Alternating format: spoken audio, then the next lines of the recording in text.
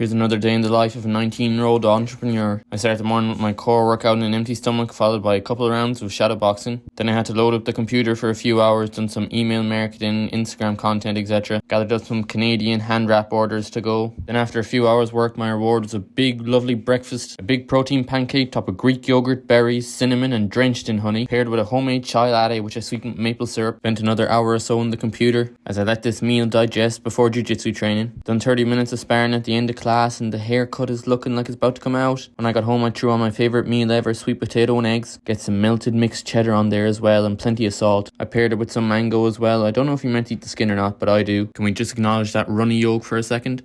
I'm afraid all in has kind of ruined the day in the life videos. I now spend most of the day on the computer and on my phone. It's not as entertaining.